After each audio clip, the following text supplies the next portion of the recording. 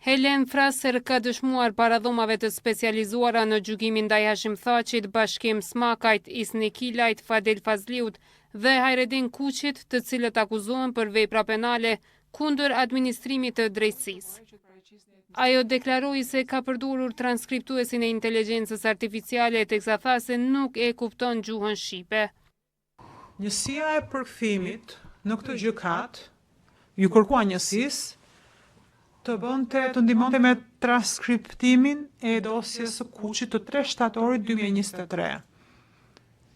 Në bazë të këtij emaili, ju mund të shihni që kanë thënë që nuk jemi në gjendje të bëjnë transkriptimin për shkak të cilësisë së audios. Mund ta shihni në email.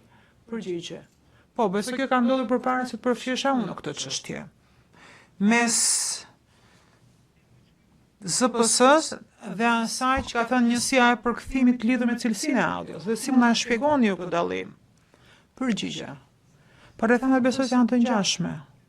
Edhe një herë, me gjithë respektin që kam për përkthyesit dhe transkriptuesit, unë personalisht nuk e di se sa të aftë janë këta persona për audiot e padeshifrueshme.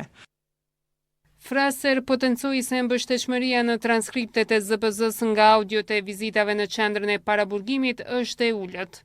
Andaj sipas saj transkriptet nuk përbëjnë gjithmonë prova të mjaftueshme për të mbështetur pretendimet e akuzës.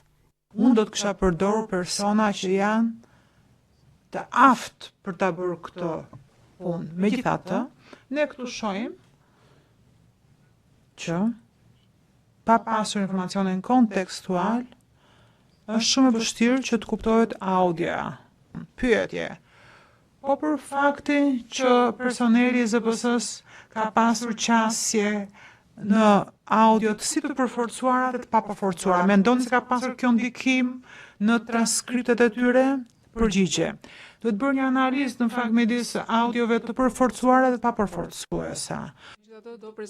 Mbrojtja tha që i të ngriti dyshime nëse ka pasur afërsi mes përkthyesve të audiove dhe hetuesve të ZPS-s. Me këtë rast edhe pyeti ekspertën nëse mund të dyshohet besueshmëria e transkripteve të nxjerra.